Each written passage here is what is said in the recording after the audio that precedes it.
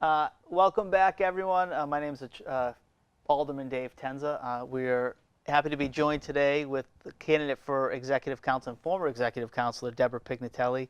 Thank you so much for being here with us today on this Democrats Live segment.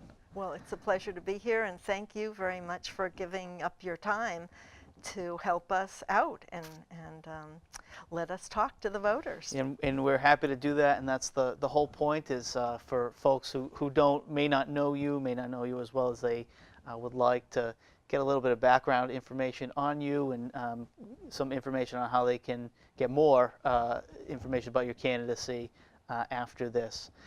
So you're known to a lot of people. I hope so. Yes. You've served as an executive councilor previously here for the city of Nashua. So just introduce yourself to folks who may not know you as well, who may be new to voting here in New Hampshire. Okay. Well, first of all, thanks again, Sure. Dave, for doing this.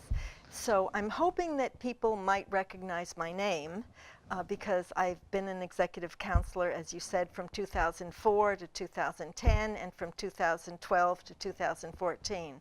But before that, I was a state senator for 10 years representing Nashua. Mm-hmm. And before that, I was a representative representing Ward 8 for 5 years. So I'm happy to be running again. I really like to campaign, as you might know, almost as much as I like to serve. Yeah. Well, in campaigning, it's a unique experience, especially campaigning for yourself. Because it's different, and sometimes I'm sure you would agree, it's a lot easier to campaign for somebody else and promote them, but when you have to talk about yourself, it's a little different. I know you're a pretty humble person. Thank you. Well, I can tell you it's a lot easier raising money for a cause or for someone else than it is trying to raise money for my campaign. Sure.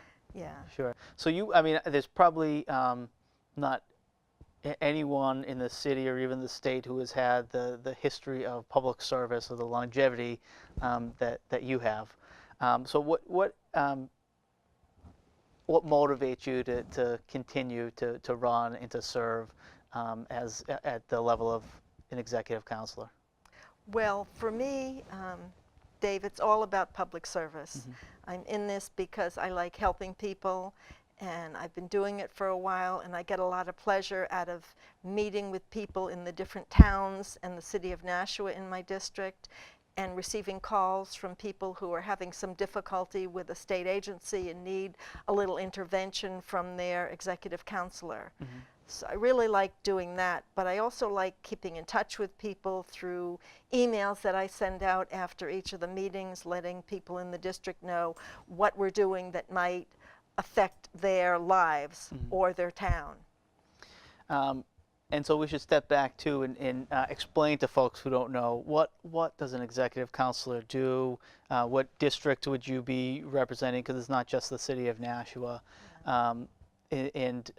what issues are most important to you as you run for the executive council? Okay, so there are 5 executive councilors in New Hampshire. Each of us represent a different geographical district. My district is District 5. It represents the city of Nashua and 32 towns, mm-hmm. starting in Hudson and Litchfield, going north to Merrimack, to just south and west of Concord, Antrim, Ware, Hillsborough, Bennington, all the way over to right around Keene, the towns of Troy, Fitzwilliam, and a few other towns, and also including the community of Peterborough, New Hampshire. I've enjoyed the job, the 8 years that I've served. Mm-hmm. I'm looking forward to getting elected this time and continuing to serve. It's a very important job, very powerful, and hardly anyone in the state knows about it. Mm-hmm. So the 3 main responsibilities of the Executive Council are to approve the governor's nominees to be judges in our state. approve or disapprove nominees to be state agency heads, like the Attorney General, the Department of Health and Human Services, our largest agency, Department of Environmental Services, Department of Labor, and many, many other agencies. And a third major duty is to approve any money that's spent over $25,000. Okay. And that can include contracts that might be for roads, might be for Planned Parenthood, might be for any number of contracts that the state uses private vendors for. Mm-hmm. And then we also handle pardons. If somebody has committed some kind of a crime, has done their time, would like a pardon, that needs to come before the council too.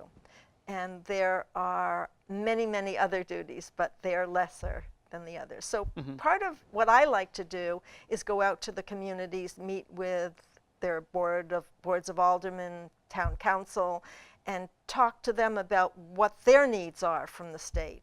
And I can be an ombudsman for those communities and for people in those communities who need help. And so you work closely, the Executive Council works closely with the governor. That's correct. And really is was set up to be a check on the governor. That's right. And most people don't realize that here in New Hampshire we have one of the constitutionally one of the weakest governors in the country, if not the weakest, because of the important role that the Executive Council plays. Right. In the past and even now, we have a distrust of government. And so when our Constitution was written, the Executive Council was written in as a constitutional body to do that, just be a check on our governor, so that our governor didn't become like the King of England and become all-powerful. And it works pretty well, I think. And I think so too. And in all the separate responsibilities you just listed are important in their own way. You know, as you know, I'm an attorney and I work in the court system. A good attorney. Thank you, thank you. And I'm always impressed with the level of the judiciary here in New Hampshire. And I think that a lot of that has to do with the vetting process that folks have to go through, you know, to be selected and then vetted by the Executive Council. Well, let me talk about that for just Sure, a minute. sure. So before 1997 or 1998, the prime criteria for becoming a judge was your friendship with the governor. Right. And then back in 97 or 98, I was a sponsor of a bill that would mandate public hearings before the Executive Council for any judicial nominee. And I think that's important. I think that it sends a message along with state agencies heads that you might be nominated by the governor, but you work for us. You work for the people of the state. And having a public hearing and allow people to come in and testify in favor or in opposition sends, I think, the right message to our nominees for state agencies and for our judicial nominees.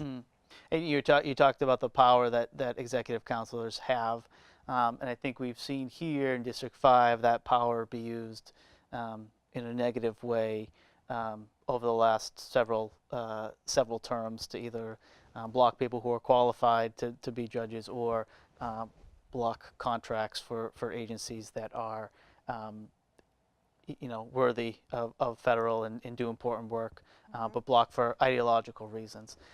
So what would you hope to change if you were reelected to serve as an executive counselor? Well, first of all, I am a big commuter rail supporter. It's important to me that we have alternatives to cars on our roads. And so I have been a supporter of rail and rail coming to Nashua for many, many, many years. And we've been close, and I'm hoping that we'll be closer again when I get back on the council, if I do. My opponent has been a negative person when it comes to rail. He ended up killing rail, a rail study that would have been very important and would have been paid for by the federal government, to tell us whether rail is still viable for southern New Hampshire. You know, a lot of us think it is, and anecdotally we know it is, but it helps to have the studies. And it's one of the reasons why I ran in 2012, because my opponent, who is my opponent now, killed that study. He was the third vote to have that study not go forward. Another area where we differ is Planned Parenthood.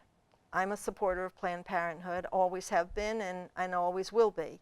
And he votes against Planned Parenthood every single time. And there is no educating him about this.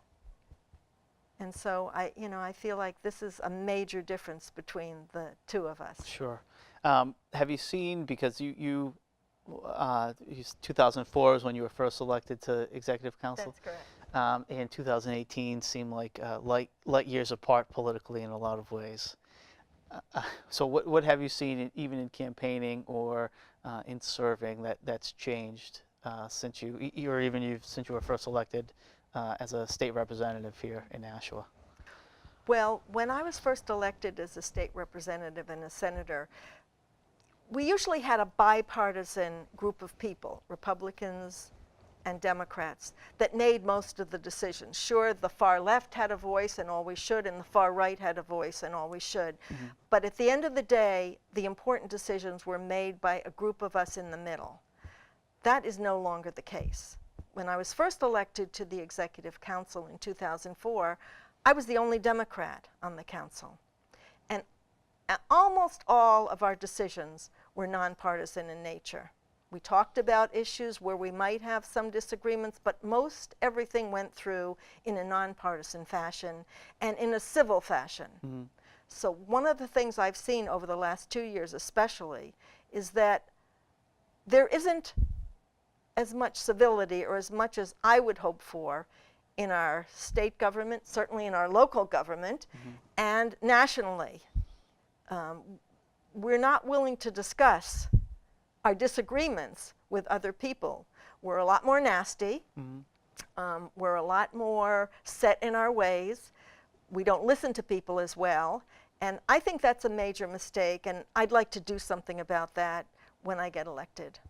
I'd like to see it go back a little bit to where you treated your opponents civilly. Right. And because your opponents may be your opponents today, but tomorrow they may be your friends on issues. Right. And so one of the issues that I wanted to ask you about too, which has affected you in the past, I think, is redistricting and the role of the Executive Council in redistricting, because that will be coming up again in 2020, I believe, when the census is done. So a lot of people feel that the Republicans have made District 5 here in Nashua, have redrawn the districts so that it's difficult for, quite frankly, so it leans towards the Republicans.